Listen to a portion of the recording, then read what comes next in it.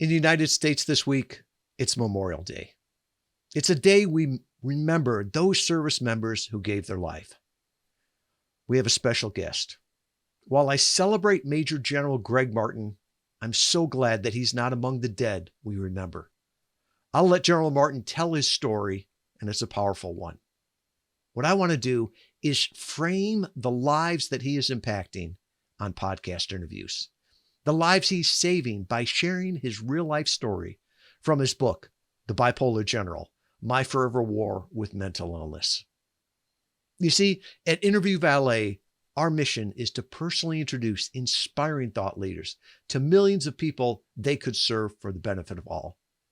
I'm proud that General Martin chose us to help him with his virtual book tour, and I'm honored to introduce Major General Gregg Martin and his client account manager, Kristen Nolan. Thank you so much, General Martin, for joining me today. I appreciate you spending time with me. So could you start by sharing a bit about your journey and the pivotal moments that led up to you writing The Bipolar General? Yeah, so a little bit about my journey. Born near Boston, Massachusetts. Growing up, I had enormous energy, drive, motivation, and was an extremely successful student, athlete, leader from high school through West Point and then out into the Army. What I didn't know until much later is that I had a condition called hyperthymia, which means that I was living at a nearly constant level of low mania, which gave me all kinds of extra energy, enthusiasm, drive, creativity, problem-solving skills. And so I was really fortunate and did really well, in high school, West Point, out in the Army, very, very successful, graduate school. But because of this condition that was unknown, I was slowly inching my way towards bipolar disorder. After great success, when I was in my 40s, I actually, age of 47, I was commanding about 10,000 troops in the Iraq War. I actually had my onset of bipolar disorder. And again, that wasn't known for many years later.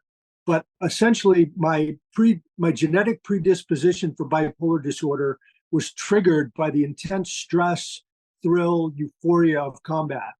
And so when we attacked from Kuwait into Iraq, I went into a state of mania. I felt like Superman, felt bulletproof, didn't need sleep, had unbelievable energy. My mind worked like a powerful computer, solving problems all over the battlefield, making decisions under fire, life and death decisions. And so it really, again, my bipolar brain and bipolar condition actually helped me. It elevated me. It helped me do better. But over the next 12 years, my manic highs went higher and higher. My depressive lows went lower and lower. And I essentially, within 12 years, again, my bipolar disorder, unknown, unrecognized, undiagnosed, I shot into full-blown mania. And I essentially went into a state of madness or insanity where I was completely disruptive, over the top, out of control. And I was essentially fired from my two-star command at the age of 58. I was ordered to get a psychiatric evaluation, which they said I was perfectly healthy, nothing wrong with me, but they were wrong. And then over the next few months after being fired, I spiraled into depression and psychosis. And then I retired from the Army. And for 2 years, I was in bipolar hell, which, I mean, complete crippling depression, terrifying psychosis, just wanted to die, no energy, no interest in anything, terrible delusions about my own death. And then I was put in an inpatient facility with the VA, and that helped stabilize me.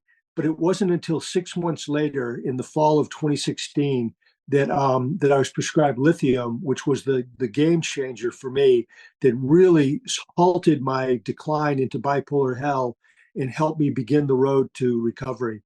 So that's kind of a quick run through from high school till my Army retirement in 2015, till I got on lithium in 2016. And then the last 8 years, I've been working hard at recovery. So it sounds like you've had quite the journey. What motivated you to publicly share your story? So what was it that really, you said, I need to share this with the world? Well, I had been through a horrendous experience that nearly killed me. It was really a life and death experience. And I said, I've had this unique experience. I've been diagnosed. I have a recovery plan. What good is it if I keep it to myself, if I'm quiet about it, or I just keep it in a closet? That would do nobody any good. So I said, if I share this, it can help stop the stigma, help promote recovery, help save lives, give inspiration, hope, knowledge. And I said, well, I'm going to do something with it and make a difference and help other people. And that's what led me to write the story. Absolutely. Thank you for sharing that. What was it difficult for you to publicly share and speak about your bipolar disorder diagnosis, especially with stigmas around mental health within the military community? Not really, because I knew from my research that bipolar disorder is biologically or physiologically based, like diabetes or cancer or heart disease. It's just that it's inside the brain, which is harder to detect. And so I said, hey, there's stigma makes no sense. It makes no sense to be embarrassed, ashamed, to be quiet about it, because it's a physically real disease. And so I didn't feel any stigma at all. I know that's unusual, but I didn't. And I went ahead right away and started sharing my story. Yeah, and I know that early in our the time we met, you had also mentioned a statistic that 100% of people are in some way connected to mental health disorders, right? So they're affected by it. They know someone, whether it's in their family or their friends, or maybe they experience it themselves. So I felt like that was something that really resonated with me personally because I had a brother with bipolar disorder as well. But I found that to be fascinating that in some way, shape, or form, we're all impacted by mental health disorders like bipolar disorder and others. So thank you for sharing that. Do you feel that openly sharing your diagnosis impacted your relationship or your career in the military or beyond? It didn't affect my career in the military because essentially my career was over. Was given the option to resign or be fired, and then I was forced to retire early. So I had a retirement date. I was going to retire. I wasn't going anywhere anyway. So it didn't have any negative effect on my military career. I had really made it to the end and was fortunate in that regard. Now, once I got out of the military, it I think it did have an impact on my civilian employment and being able to get picked up to sit on corporate boards and things like that, which are something that a lot of retired flag officers, generals, and admirals do, is they sit on these corporate boards. And I think the fact that I came out so publicly about my bipolar disorder um, probably deterred a number of people from approaching me, asking me, inviting me to sit on the board. So I think it probably did hurt my civilian employment. And I appreciate your openness on sensitive topics. Many people go on podcasts to share their stories with the intention of helping others, which is why I want to dig into more here. Holding those sensitive or uncomfortable conversations in a way that connects with the audience, but also adds authority to the challenges you faced. How do you approach the more difficult parts of your story in those podcast interviews? So I'm just straight ahead, complete candor, no sugarcoating, just tell it like it is. And so people would ask me, all kinds of questions that, maybe other people would be embarrassed or ashamed or stigmatized. And it doesn't bother me or faze me at all because it happened. That's the truth. And the reason this stuff happened is because of a mental illness or a brain disease.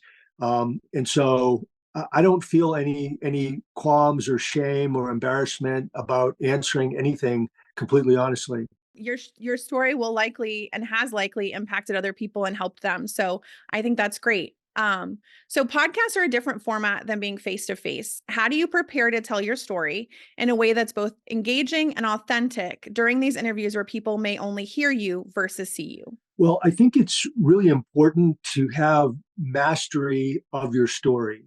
So, I think it's incumbent on a person to really know their story inside and out and have total confidence in their ability to tell it, to answer questions about it, and to go whichever way the interviewer wants to take it. So I think that preparation, that mental preparation is really important. Then I think it's important to just be totally honest. Don't try to spin anything. Don't try to make excuses. Don't try to make it sound rosy. Just let the cards fall where they may, and be completely honest. And then I think it's important to give, as much as possible, to give direct, concise answers to the question, to really answer the question up front, and then go into elaboration in more detail, as appropriate. But not try to go into great big long explanations. But first, just give the bottom line up front. Absolutely. Can you share some of the most impactful feedback that you've received from listeners who have learned about your story through podcasts? People, the most impactful is people have said it saved their life, that they literally were in a position where they were heading down a path towards death and destruction, loss of marriage, loss of family, loss of career. And hearing my story caused them to pause and think and learn, and then start applying some of the lessons that I put out. So, I mean, I think that's probably some of the most impactful, is when someone says directly, you saved me or my marriage, or something like that. Another one is people said, hey, I've got a son or a daughter or a brother and a sister or a colleague who's displaying troubling signs and symptoms, and hearing you now has given me insight, so I can approach them and talk to them, and encourage them to go get help, to see a doctor. So that's really, really impactful. And then a number of people have said, if you're open in telling your story, then why can't I be too? So I'm going to tell my story and be open about it, and try to do my part to help stop the stigma. So those are just three examples of the most impactful. I think it's the one that you mentioned about helping right? You're helping people that may be dealing with mental health disorders, but you're also helping the people that support them, the moms, the Right. dads, the aunts, the uncles. So that's a really key piece about it as well, because you have the ability to reach all of those people. Um, so why did you choose podcast interviews as a platform to share your story and promote your book, The Bipolar General? So my mission is sharing my bipolar story to help stop the stigma, promote recovery, and save lives. So then, how do you share your story? Well, interviews are terrific, but I think podcasts are one of the most efficient ways to share the story, because you don't have to go anywhere, you don't have to travel, you don't have to take a long trip. You just do it like we're doing right now, and I think it's very effective, because you get this direct one-on-one conversation, and it's efficient because it's inexpensive and there's very little logistics or cost involved. So I think, and then because of the power of social media, you can reach a huge audience. So, I mean, one little podcast can reach thousands and thousands of people. So that's the reason, those are the reasons that I chose to go with podcasts. I love that. Okay, so would you say that your podcast appearances increased your ability to reach audiences looking for messages like yours? Absolutely. A lot of people that are interested in this field, they seek these podcasts out. They find them. They go to my website and look for them and listen to them and send them to friends and colleagues and family members. So I think it's been very effective. Awesome. So you've used podcast interview marketing to effectively promote the Bipolar General. What tips can you offer to others looking to use their personal stories in their marketing strategies? I think, if you have a story that you want to share, you need to do some research into what venues are interested and will help amplify your message. What TV shows, radio stations, magazines, other organizations, and then of course the world of podcasting, which we just talked about how effective and efficient it is. And so for me, I've had a lot of podcasters come directly to me and say, hey, I want to do a podcast with you, to which I say yes. I've had others that I've gotten a hold of and said, hey, I'd like to do a podcast with you. And, many have said yes. Some have said no, but or they just ignore. But then Interview Valet has been really terrific. Interview Valet does the research like you, Kristen. You did the research and the homework, and you understood what my story is, who I am, and then what kind of podcast would be really interested in my story and that would then amplify the story. And so I think working with, an organization like Interview Valet and people like Kristen Nolan is really a surefire way to expand and amplify the story. I would highly recommend it. Thank you so much for the kind words. I do appreciate that. So how do you prepare for potentially tough or unexpected questions? I call them curveballs during podcast interviews. And the second part to that is, do you find these moments to be particularly effective in the success of the interview? So as far as preparation, I talked about that, several minutes ago. So there's no substitute for just being prepared. Then I think the idea of unexpected or curveball questions, I think it's good to just sort of sit back and think ahead of time. Okay, what haven't I been asked before? And that I know is part of this story. What haven't I been asked? And think about that and ponder it. What kind of response you would give. Is this podcaster or this interviewer, are they coming at this interview from a particular angle, or do they have an axe to grind, or do they want to play gotcha, or maybe try to get me in an embarrassing situation? I would say just think about it, war game it a little bit, brainstorm it a bit, but they'll probably ask you something you haven't thought about. And then I think you just have to, rely on your instincts, your knowledge, your experience. Don't be rattled. Don't be afraid. Don't try to, be elusive or, try to, make your way around the question. Just grab hold of the question and answer it honestly within the greater flow and the greater meaning of your bigger story. So I could give examples. There are things that I thought people might ask, and they haven't, or if they did, I just really grabbed hold of it, answered it candidly, without a big long explanation, and then moved on. I'm going to put you on the spot. So what is one of those questions that you wish you would have been asked, but you haven't? There's a couple of different things that people could have asked me. One is about the politics of the Iraq War, which is kind of a dicey subject. I try to really avoid the conversation about politics, but I did put some pretty strong stuff in my book about some of the strategic decisions that were made during the Iraq War by the highest levels of our government, specifically the disbanding of the Iraqi army, who we were counting on to provide internal security in Iraq. And then second, the deep de-Baathification of the Iraqi society, which basically drove a lot of people into the arms of the terrorists because under our rules, they couldn't get jobs. And so I really criticize the government for doing that. And nobody has ever asked me about that. If they do, I would basically say the same thing I said in the book, but I wouldn't do it in any kind of a partisan political manner at all. Like I wouldn't say anything that is, pro-Republican or pro-Democrat or anti-Republican or anti-Democrat, because I don't want to get into the political minefield and the political quicksand. So that was one area that I thought people would ask me, but nobody has. So how important is the relationship with the podcast host in the success of an interview? And what steps do you take to build this relationship prior to the recording? Well, that's a really good question. A lot of the podcasters will take the time to have like a pre-meeting, and you just sort of chit chat and get to know each other and break the ice and become comfortable with one another.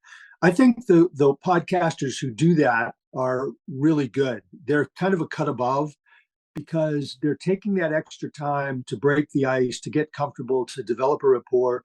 So it's more like a friendly conversation than it is, an official interview. So I really kind of admire the people who do that.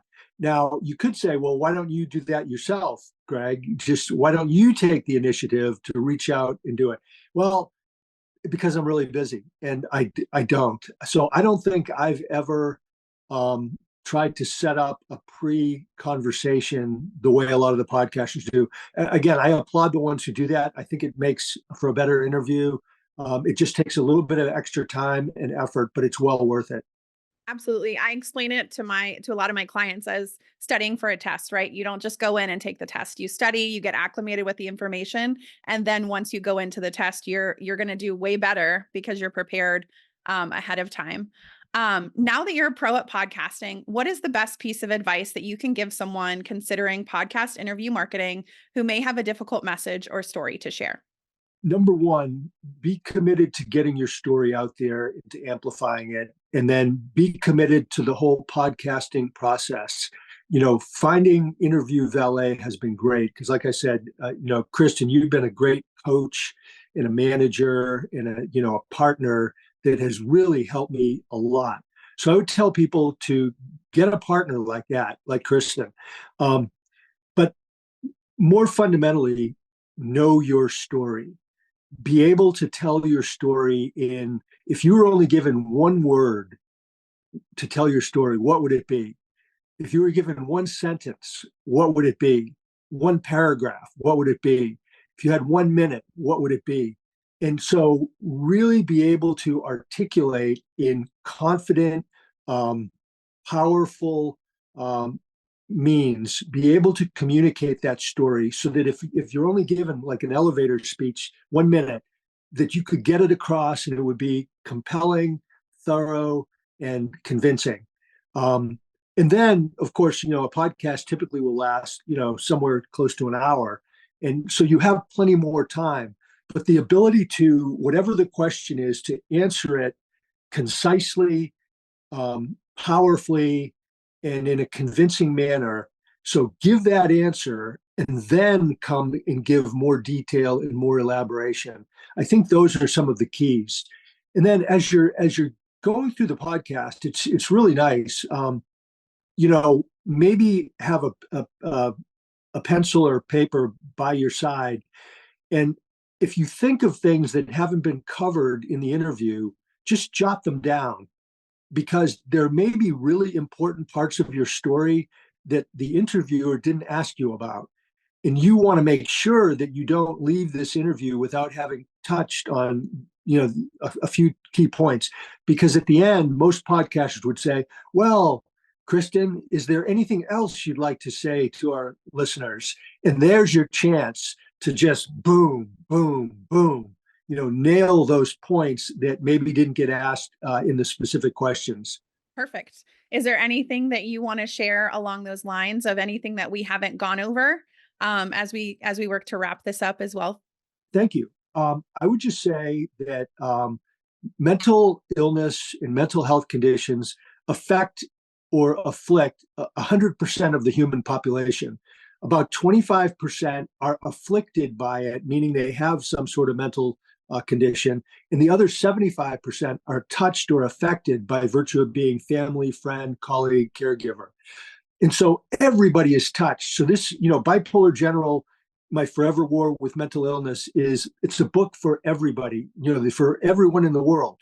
And then mental illness is, if it's not dealt with properly, it will lead to destruction. It leads to ruining family, marriage, career, finances, often leads to homelessness, addictions, prison, violence, death.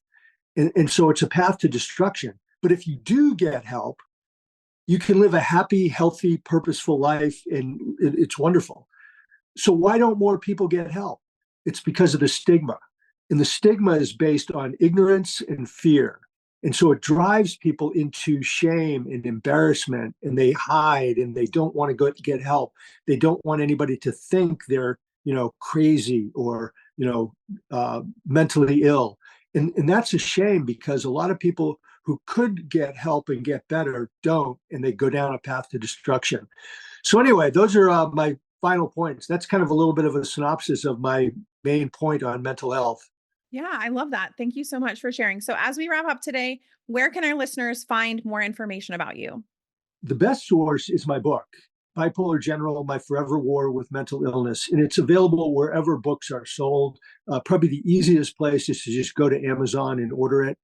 The book is drawing rave reviews. It's being translated into other languages. It's being read around the world, being used in medical schools, businesses, the military, the veterans community, and the general society.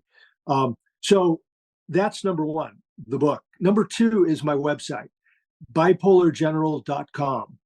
Go to the website. By the way, when you hit the landing page, it takes you right to the Amazon site right there to order the book. But on my website, I've published over 25 articles about this topic, and they're all on the site. I've done probably about 100 podcasts, interviews, talks that are recorded and available on the website. So it's just a tremendous amount of information with my story, and then I also give other resources as well. Awesome. Thank you so much for being with me today. I've really enjoyed our conversation, and I hope our listeners have too. Thank you. You're welcome. Thank you, Kristen. You're awesome. That was powerful. It makes me wonder who else has a story that needs to be shared. It reminded me of a video clip I saw years ago from Penn Jillette. Now, if you don't know Penn Jillette, he's a magician. He's also a devout atheist. But he shared that he respects those who shared their faith with him. I loved his line. He said, "How bad do you have to hate someone not to tell them something that could help them?" Now, it's clear that General Martin loves the troops. He loves the 100% of the population impacted by mental health. His story matters. Your story matters.